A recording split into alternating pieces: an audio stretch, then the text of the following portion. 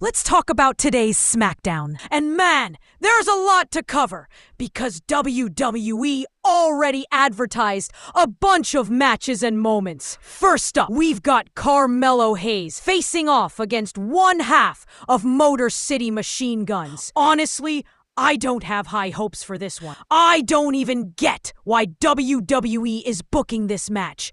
It just feels pointless. Then, we've got Nia Jax going one-on-one with Alexa Bliss in a singles match. Simple setup. But you know, something crazy always happens when Nia steps into the ring. And yes, Jade Cargill is set to face Tiffany Stratton, which means Jade will finally appear on SmackDown this week. That's going to be one match to keep an eye on. Also, Cody Rhodes and Drew McIntyre are both confirmed to appear. WWE is teasing a face-off between them before Saturday Night Main Event, so expect some serious tension. Now let's move on to TripleH. Man, there's always drama around him. You guys probably noticed TripleH is on the front poster of WrestleMania 42. That's actually unusual. The WWE boss doesn't usually show up there. But this time, he had to. Why? Because Dana White wanted to be featured on the WrestleMania poster. Yeah, UFC's Dana White. So Triple H basically stepped in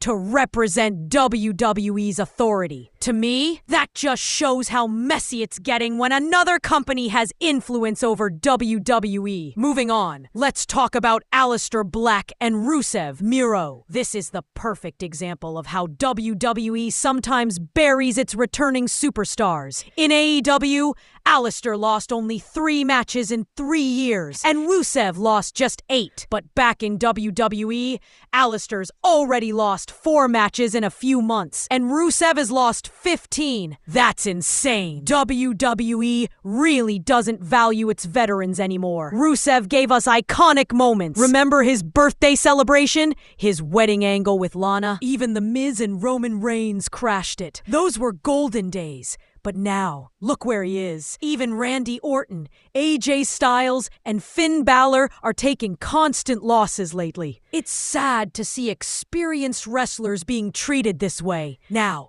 speaking of legends, let's talk John Cena. Recently, Shah Rukh Khan tweeted a picture with John Cena. Someone had asked him what he liked most about Cena, and SRK retweeted it with a heartfelt reply. Just shows how respected Cena is around the world. But here's the emotional part. In just 44 days, John Cena will officially retire from WWE. That's right, and I'm telling you, the entire wrestling world will go silent that day. For 20 plus years, Cena has been the face of pro wrestling. No one in the last 25 years has even come close. Now let's talk about Lana. She used to run an OnlyFans, but recently stopped and started her own podcast instead. The funny part? She couldn't find any guests, so she invited her husband Rusev.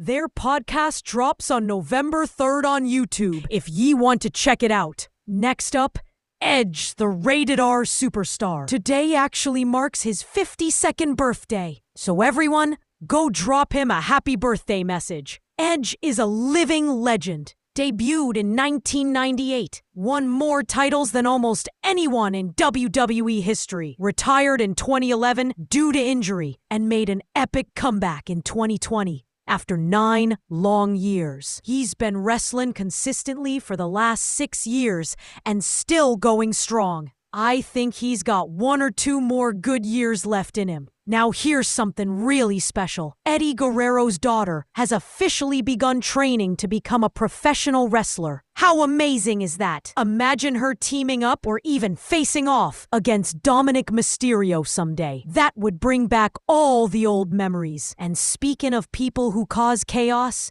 Donald Trump. Man, that guy has caused more confusion in the world than anyone else. But guess what? It's now confirmed that Donald Trump will appear at John Cena's final match, happening in Washington, D.C. That's right, Trump will be there for Cena's farewell, along with legends like The Undertaker, Kane, and many more. It's going to be a historic night for sure.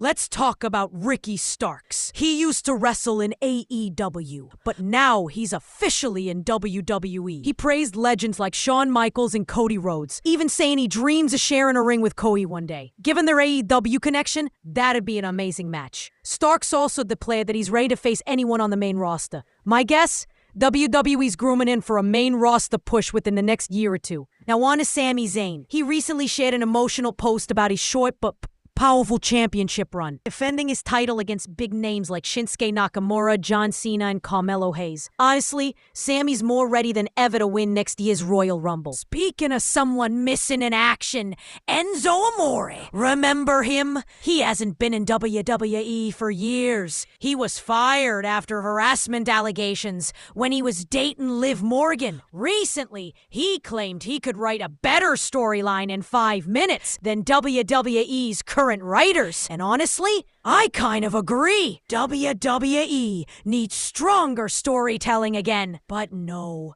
they're not bringing Enzo back anytime soon. Maybe another company will. Next up, Austin Theory. Reports say he might be joining the Vision soon.